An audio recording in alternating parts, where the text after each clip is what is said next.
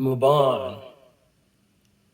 We will survive in South Sudan no matter what our antagonists do to us.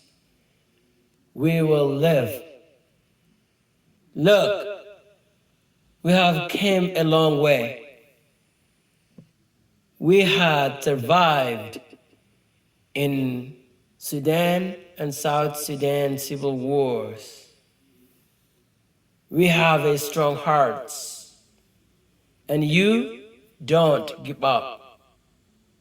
Keep fighting for your freedom, your rights, and your land. We are dedicated people. We have been in Sudan and South Sudan for many, many, many years until today.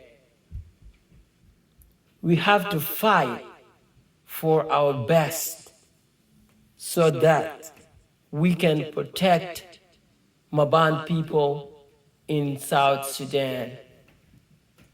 Thank you for your time.